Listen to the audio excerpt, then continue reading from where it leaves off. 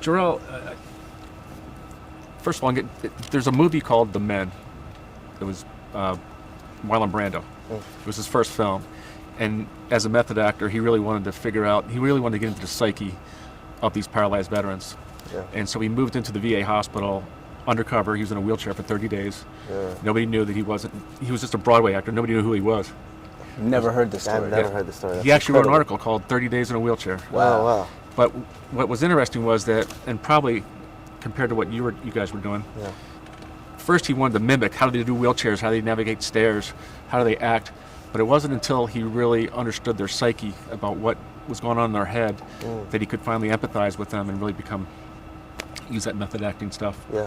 That being said, you were incredibly convincing Thank you. to be somebody born without a leg. Thank you so much. So I'm wondering, what was it like trying to mimic Anthony, and then what was it like to try to get into his psyche before you could, because both you guys were incredibly convincing. Thank you, man. As real people. I mean, I think that was really well said, and thank you for that.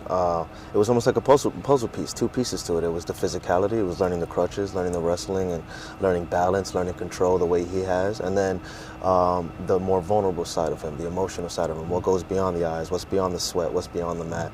I spent 8 months with him, 5 days a week, and we worked on the mat together for about 2 to 3 hours a day, and we actually worked with his real-life college coach, Brian Stith, and so everything. I mean, I got the best coach in the world, and I have the best person to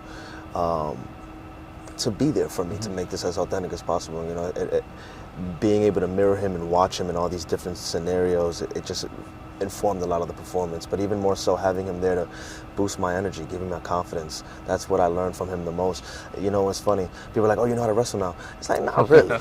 I'll tell you what, no, I don't. But what I am is I learned the confidence that wrestlers have. It was never learning the greatest tricks. It was never learning exactly how Anthony did it, but learning the confidence that came behind it, and the strength and the resilience that came behind the life that he lives.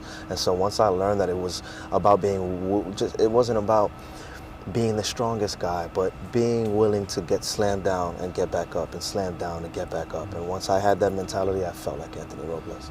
It was really amazing with some of the close-ups of you on the mat. You conveyed a lot of emotion just with the look of on your face, your eyes. Yeah. It's like, wow, I know exactly what's we going were through his really head. wrestling. That's the Yeah. problem. Hey, you have to fake that. They were fake twisting you up for real. Yeah. Don, I was an athlete before I was in a wheelchair, and I became an athlete afterwards. But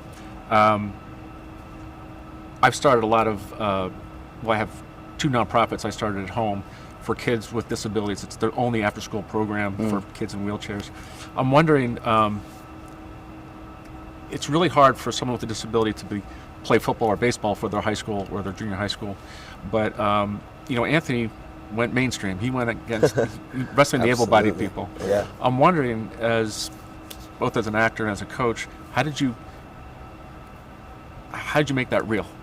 Well, first it's the script, and then I had great people to work with, and I had a really solid director in Billy, and he set the table and made that easy for us.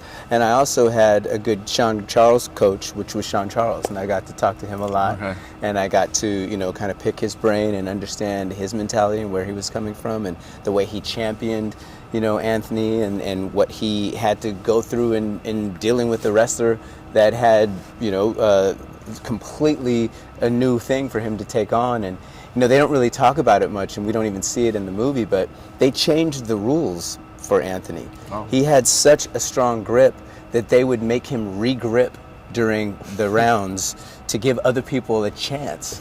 And it went from, oh, this poor guy only has one leg at the beginning, to like, hey, it's not fair, he only has one leg. Yeah. So, some of those little things were not in the movie, but to just kind of know that, it helped inform it, and really made me understand the level to which Anthony had to come through to really, not just compete as he did, but to dominate the way he did. Okay. I have one more question, please. I do a lot of discussion panels. I moderate those panels, and they're usually about people with disabilities being portrayed in film. I'm wondering, what are your thoughts on people that are able-bodied playing people with disabilities?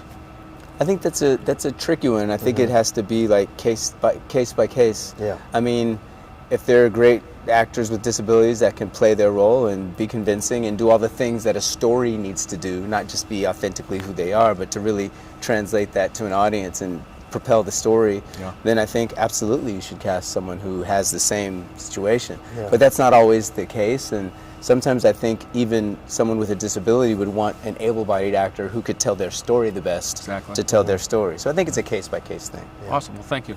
Thank you so much for your time. The movie was awesome. I've seen it twice already. Oh, So, great. it was awesome. So Cool. thank you so much. Thank you you, guys man. you. did great. Appreciate Thank you. Thank you.